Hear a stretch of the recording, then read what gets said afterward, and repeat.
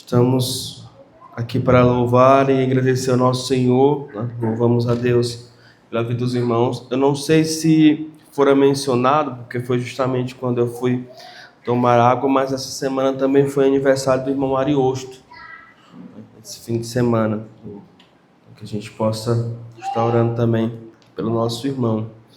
Amados, vamos abrir nossas Bíblias no Evangelho de Lucas, capítulo de número 13. Eu queria ler com vocês os versículos 10 até o 17. Evangelho de Lucas, capítulo de número 13, 13º.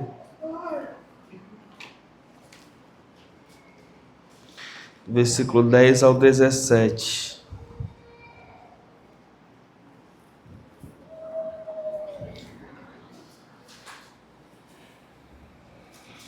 Lucas 13, do 10 em diante, diz assim: Num certo sábado, 13, tá? Num certo sábado, Jesus estava ensinando numa das sinagogas, e ali estava uma mulher que tinha um espírito que a mantinha doente havia 18 anos. Ela andava encurvada e de forma alguma podia endireitar-se. Ao vê-la, Jesus chamou-a à frente e lhe disse: Mulher, você está livre da sua doença. Então lhe impôs as mãos e imediatamente ela se endireitou e passou a louvar a Deus. Indignado porque Jesus havia curado no sábado, o dirigente da sinagoga disse ao povo: Há 6 dias em que se deve trabalhar. Venham para ser curados nesses dias, e não no sábado. O Senhor lhes respondeu: Hipócritas, cada um de vocês não desamarra no sábado o seu boi ou o seu jumento do estábulo e o leva para lhe dar-lhe água? Então, essa mulher, uma filha de Abraão, a quem Satanás mantinha presa por 18 longos anos, não deveria, no dia de sábado, ser libertada daquilo que a aprendia? Tendo dito isto, todos os seus oponentes ficaram envergonhados, mas o povo se alegrava com todas as maravilhas que ele estava fazendo. Amém? Oremos. Senhor nosso Deus e Pai, nós queremos, ó Deus, te louvar, ó Deus, bendizer o teu nome, agradecer-te, ó Deus, por tão maravilhosa, ó Deus, obra que o Senhor realizou e continua a realizar no meio do teu povo. Queremos, ó Deus, te agradecer, porque o Senhor foi muito além dos ritos, da tradição, da religiosidade, e foi além por um motivo, por amor gracioso para com todos aqueles de quem o Senhor se compadecia. Muito obrigado a Deus, porque um dia o Senhor olhou para nós, onde nós estávamos, longe, distante de Ti, encurvados ali na nossa própria vida, e nos resgatou, nos trouxe, ó Deus, e endireitou a nossa existência. Que o Senhor continue a fazer isso e que o Senhor use essa palavra para falar aos nossos corações. É a nossa oração no nome de Jesus. Amém. Amados, nós queremos meditar sobre o tema o Jesus que liberta dos fardos da vida. O texto é bem claro, ao dizer que havia uma mulher que sofria há 18 anos. Essa enfermidade, inicialmente, o seu núcleo era de origem espiritual, pois era um espírito que estava dominando, mas ela refletia na sua existência física, pois fazia com que esta mulher andasse sem poder endireitar-se, ou seja, de forma curvada. É interessante pensar também que até mesmo hoje nós lidamos com doenças que são assim, que são feitos exames, que são feitas consultas, que se buscam inúmeros especialistas e não se tem um diagnóstico exato. A essas doenças, geralmente, nós classificamos como doenças psicossomáticas, que não tem a ver tanto com o nosso físico, mas que tem a ver com as dores que sentimos na mente, na alma, no nosso coração, e que acabam refletindo no nosso corpo. Aceleramento de coração, suor de forma exagerada, corpo encurvado, pernas e costas que doem, ombros que parece que vivem com peso o tempo inteiro, sobre eles. Eu iniciei a leitura de um novo livro nessa semana e o pastor que escreveu o livro contou o testemunho de um moço da sua igreja que sentia inúmeras dores nas pernas, sem nenhuma explicação física para isso. E um dia, conversando com este moço, ele entendeu que o seu pai, o pai desse moço, o abandonou ainda muito cedo, por volta dos 10, 12 anos de idade, e ele ficou com todas as suas irmãs menores e com a sua mãe convivendo sozinho em casa. E por conta disso, desde cedo, assumiu a responsabilidade de ajudar no provimento da casa.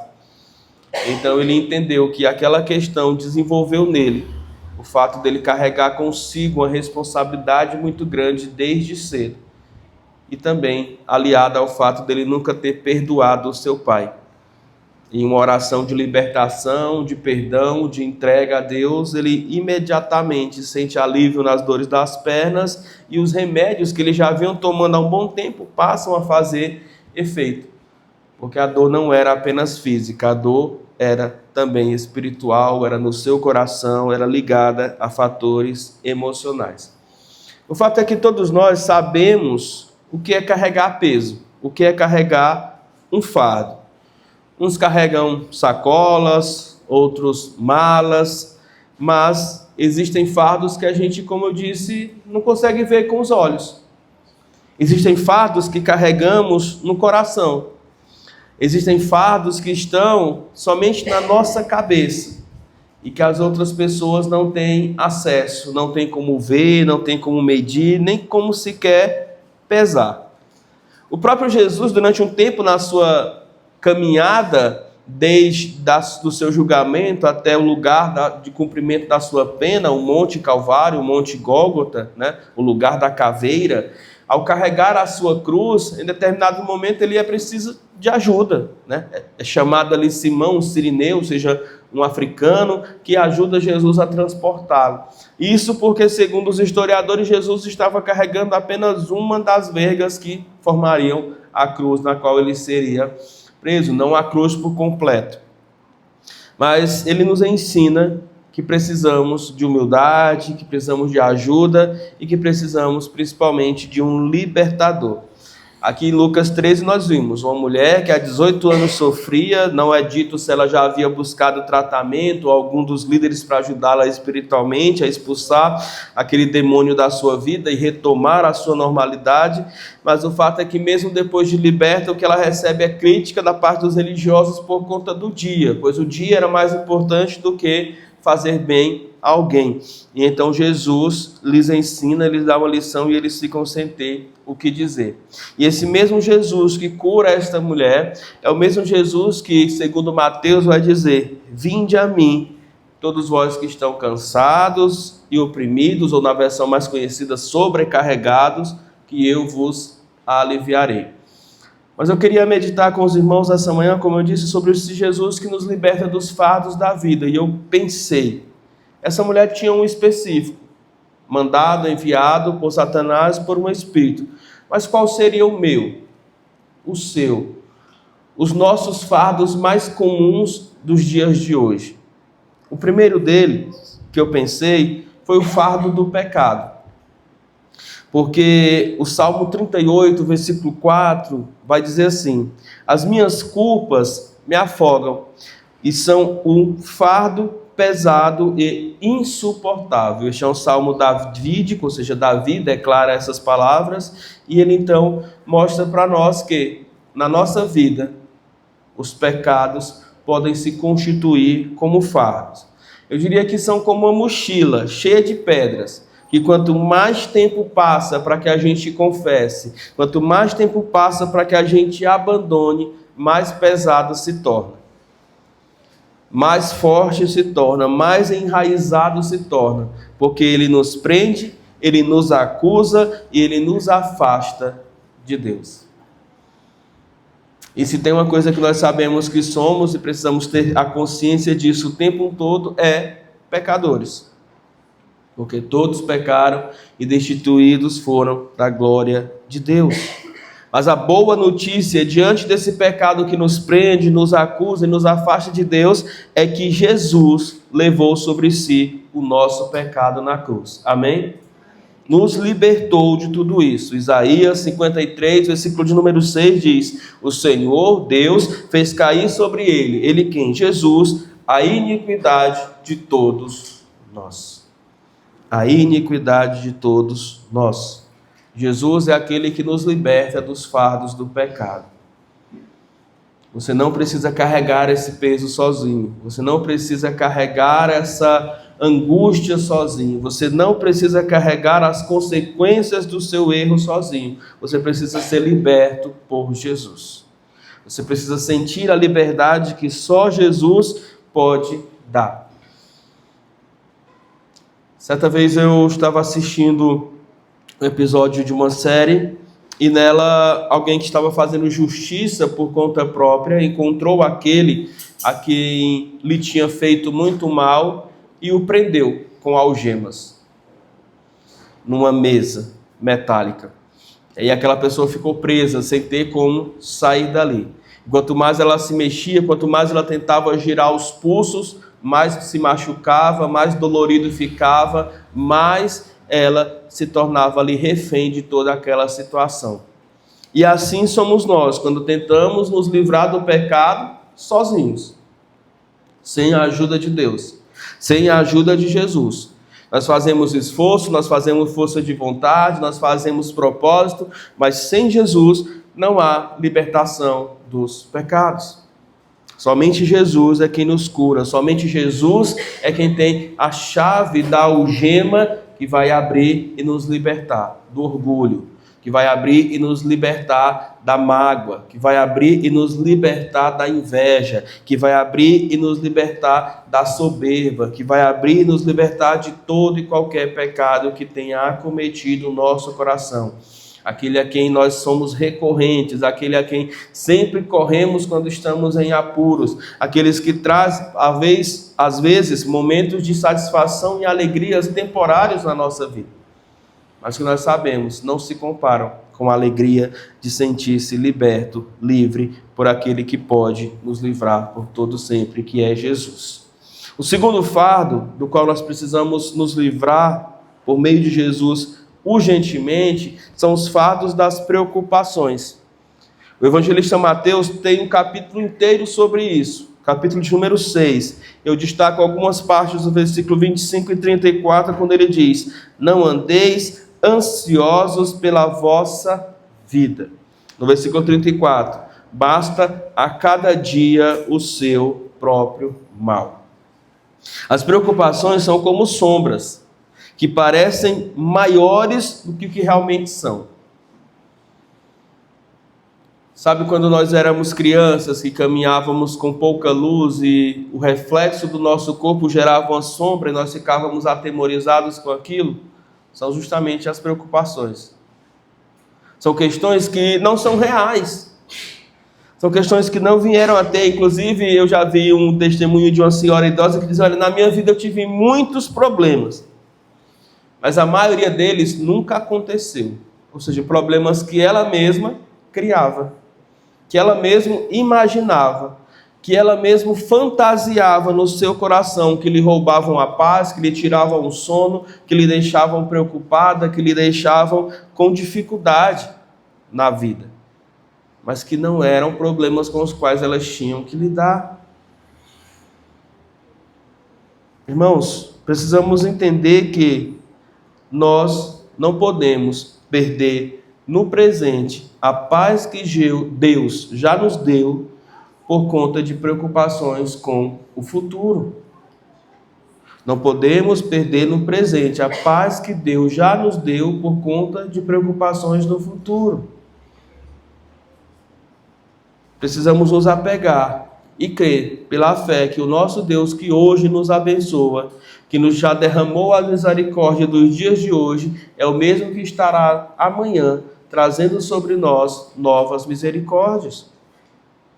E é isso que vai nos deixar tranquilos, é isso que vai nos deixar leves e libertos da preocupação, porque a ansiedade faz nos carregar fardos que não existem, faz nos cansar por trabalhos e problemas que não estão ali, só estão aqui, só estão no coração inquieto. E Deus dá a cada um justamente a vida chamada hoje para se preocupar, cuidar e resolver. O amanhã não nos pertence. Nós sabemos bem como é. Essa semana foi uma lição prática sobre isso. Sobre o fato de podermos estar aqui ou não amanhã. Não podemos perder a paz de hoje pensando nos problemas de amanhã. Mas o próprio texto também nos mostra que a religiosidade pode ser um fardo. Sabe, alguém ousou se levantar para criticar Jesus pelo bem que ele tinha feito, não porque ele fez mal, mas porque ele fez no dia que a religião disse que ninguém podia fazer nada. Eu comentava com os homens que a religião, inclusive, pode se constituir como um ídolo. Ontem, ao sermos convidados ali para levar a palavra aos colaboradores do Mateus, a direção era ecumênica, ou seja, eram os irmãos da Assembleia e de outras igrejas pentecostais que estavam conduzindo. E eu parei um pouco para pensar, porque às vezes a gente fica só no nosso nicho aqui, né? E eu parei um pouco para pensar. Deus, irmãos, Ele está acima de toda e qualquer denominação. Deus, Ele está acima de toda e qualquer nação. Sabe, Deus não é o Deus dos brasileiros, não é o Deus dos judeus, não é... Ah, pastor, como assim? Deus, Ele está acima. Ninguém tem procuração para dizer eu sou o representante de Deus. E Deus disse que tem que ser assim, assado, e culto só é se for desse jeito. Onde é que está escrito isso? Até porque os únicos dois elementos que são exigidos e procurados por Deus em um culto são os elementos da adoração, que seja sincera, verdadeira e que seja em espírito. Ou seja, que não seja na carne e que não seja mentirosa, falsa, hipócrita. Aqueles que o Senhor procura são os que adoram em espírito e em verdade. Então, se tem 3 cantores, 4 cantores, amém. Se tem 2 pregadores, amém. Se passou 5 minutos do horário, amém. Sabe, nós não temos como precisar ou dizer aquilo que Deus exige e quer no sentido espiritual das coisas. Os fariseus erraram porque consideraram a lei mais do que o próprio Deus. Consideraram a lei mais do que as próprias pessoas. E com isso eles quebraram os mandamentos, que é amar a Deus acima de todas as coisas e as pessoas como a si mesmo.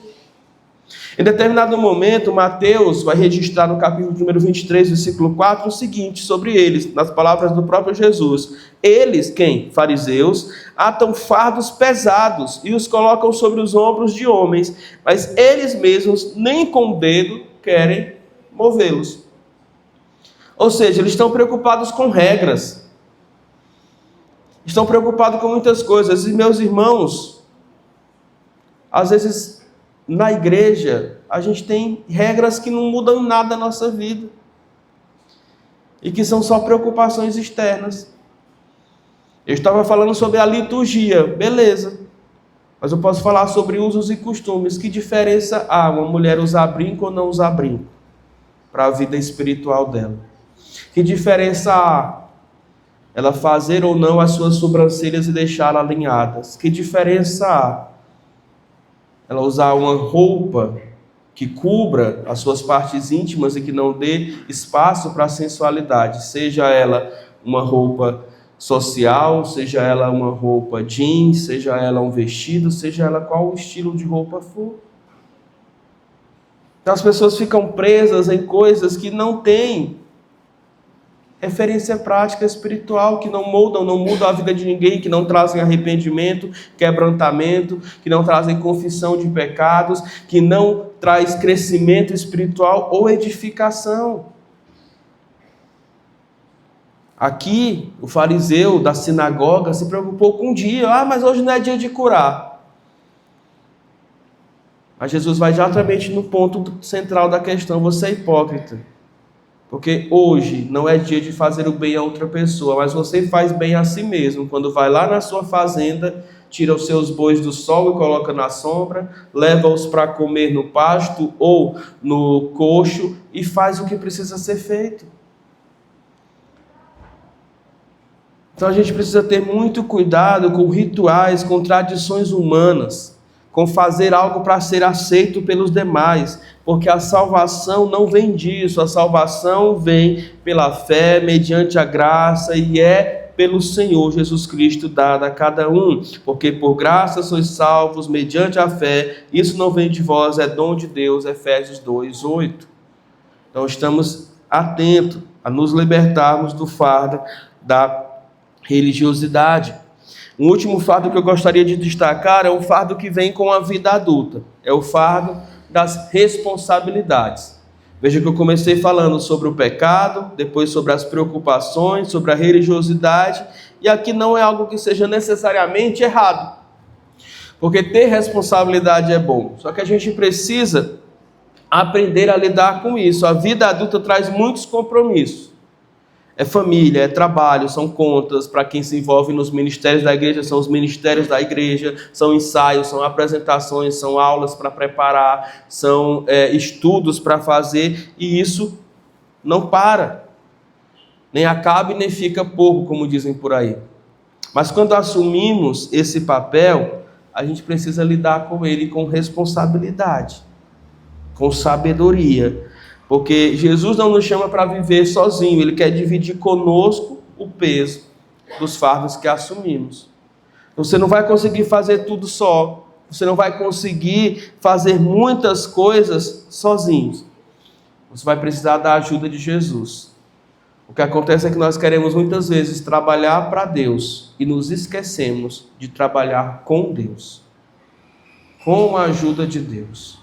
Nós queremos desenvolver as coisas, crescer os ministérios, ver a igreja do Senhor avançando.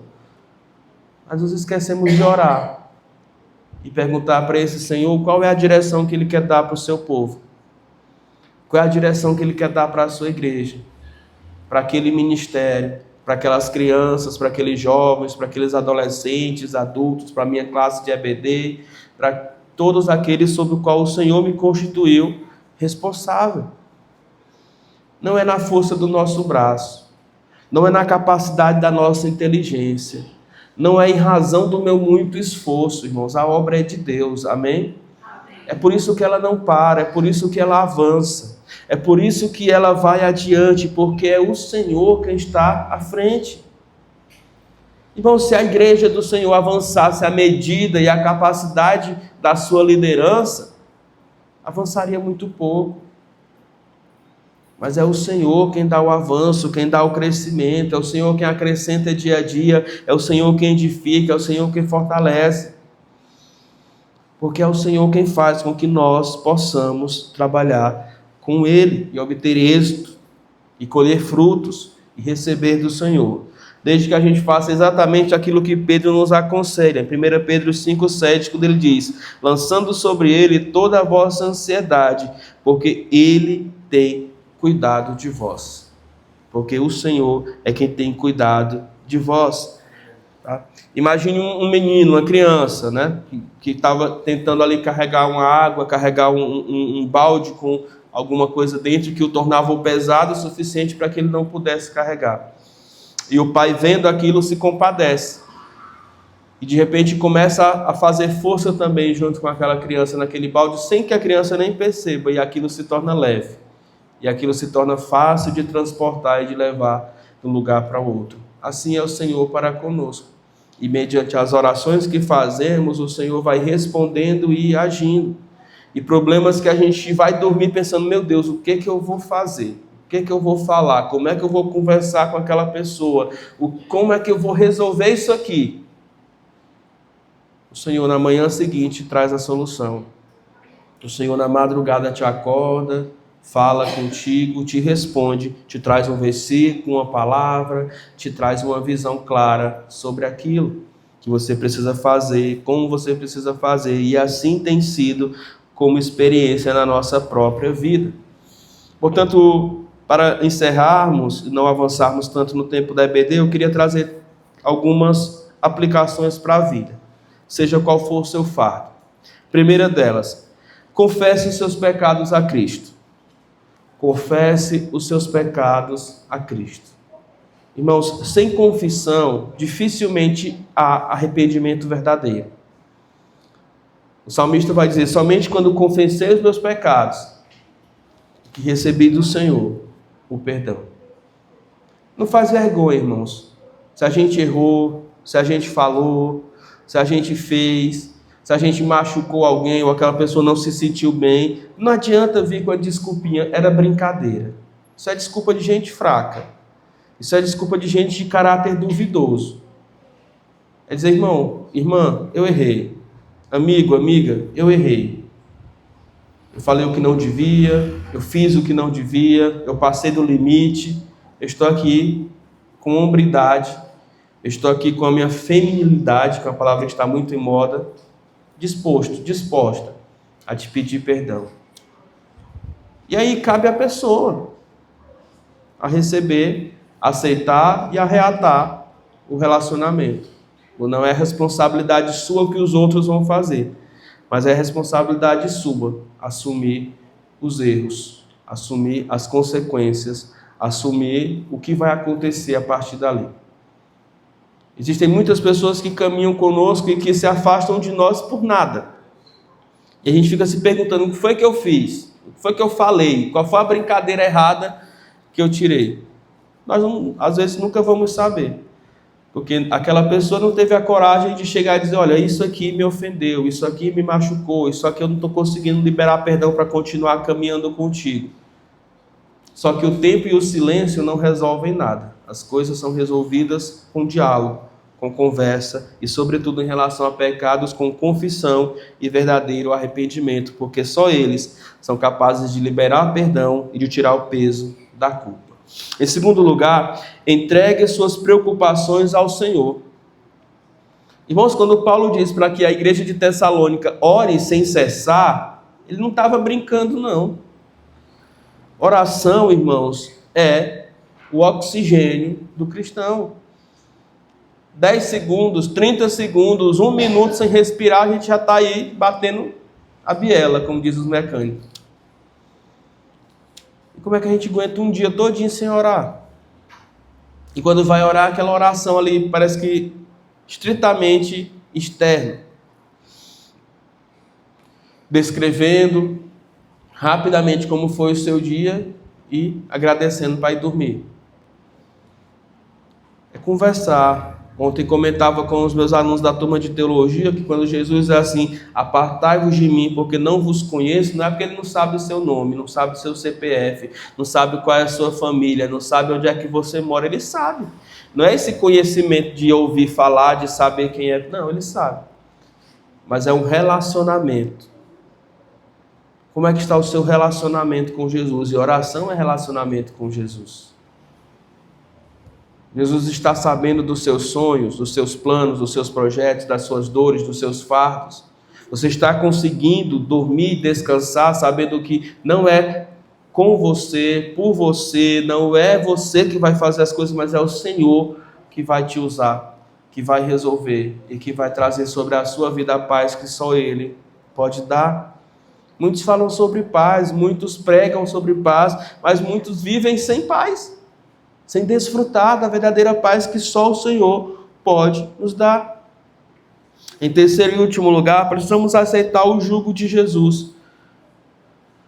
Porque quando Ele nos convida, aqueles que estão cansados e sobrecarregados, Ele diz, olha, aceitem de mim o meu jugo, o meu fardo, porque Ele é leve. Leve. À noite nós vamos falar mais sobre isso, mas obedecer a Deus, irmãos, é muito, muito mais leve do que lidar com as consequências da desobediência.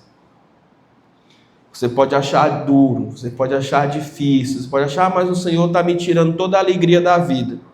Como alguns pensam, os crentes não são felizes, não. Ele estabelece limites justamente para que a gente possa se sentir protegido. Assim como a lateral de uma ponte está ali construída para que você não caia ao atravessá-la. Ele estabelece leis para que a gente, ao obedecê-las, não venha sofrer nenhum acidente na vida. Todas elas. Não são porque Deus é mau e quer nos fazer infeliz, não. Mas é porque Deus quer o nosso bem. O fardo dele é leve, porque ele mesmo nos ajuda a carregar.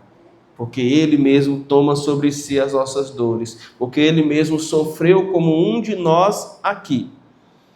Portanto, que a gente possa aprender a confessar, a orar entregando ao Senhor e a aceitar o jugo de Jesus, a vida que Jesus tem para nós. Não tenho dúvidas de que fazendo isso, assim como aquela mulher que por 18 anos viveu encurvada, nós vamos ser pelo Senhor restaurados, levantados e andar erguidos para a glória de Deus. Amém? Vamos ficar de pé e vamos orar por isso? Em seguida a gente vai estar também nos dividindo nas salas da Escola Bíblica Dominical, sala de adultos, jovens, nossas crianças.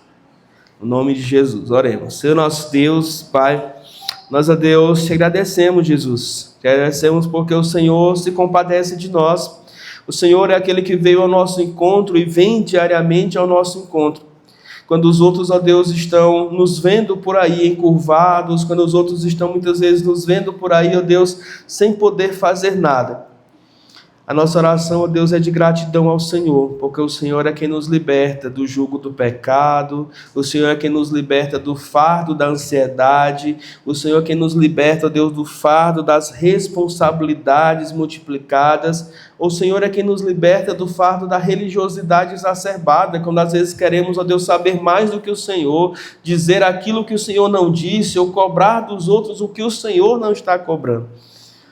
Pai, nos liberta de tudo isso, nos liberta do orgulho de achar que somos melhores do que os outros, nos liberta, Deus, do desejo do nosso coração de mandar nos outros. Não, Deus, o melhor lugar, ó Deus, que podemos estar é aos teus pés. O maior ofício, ó Deus, que devemos ter diante do Senhor é o de servo, porque o Senhor foi aqui um servo sofredor, que padeceu, que morreu e que ressuscitou, ó Deus, para nos libertar de todo e qualquer orgulho. Que o Senhor continue a nos abençoar, ó Deus, e nesta manhã, a libertar, ó Deus, de qualquer coisa que tenha, ó Deus, ainda nos feito andar, ó Deus, encurvados, nos feito andar cansados, nos feito andar sobrecarregados. Nós cremos que essa promessa é real, que se formos até o Senhor, cansados, sobrecarregados, o Senhor nos dará alívio. Nós queremos receber este alívio. Nós queremos que o Espírito Santo manifeste isso nos nossos corações, nas nossas mentes, no nosso corpo acelerado, às vezes, ó Deus, com muito que temos que fazer, que resolver, que possamos descansar no Senhor. Trabalhar, crendo que a nossa parte faremos, mas que, sobretudo, a tua parte o Senhor também fará. Pois é o Senhor quem age em nós, e é o Senhor quem é a nossa esperança de glória. Que o Senhor continue a nos abençoar nessa manhã, que tenhamos, ó Deus, um ótimo tempo aqui de conversa, de aprendizado na Escola Bíblica Dominical. Use cada professor, cada aluno. É a nossa oração e a nossa gratidão no nome de Jesus. Amém. Amém. Podeis assentar depois das orações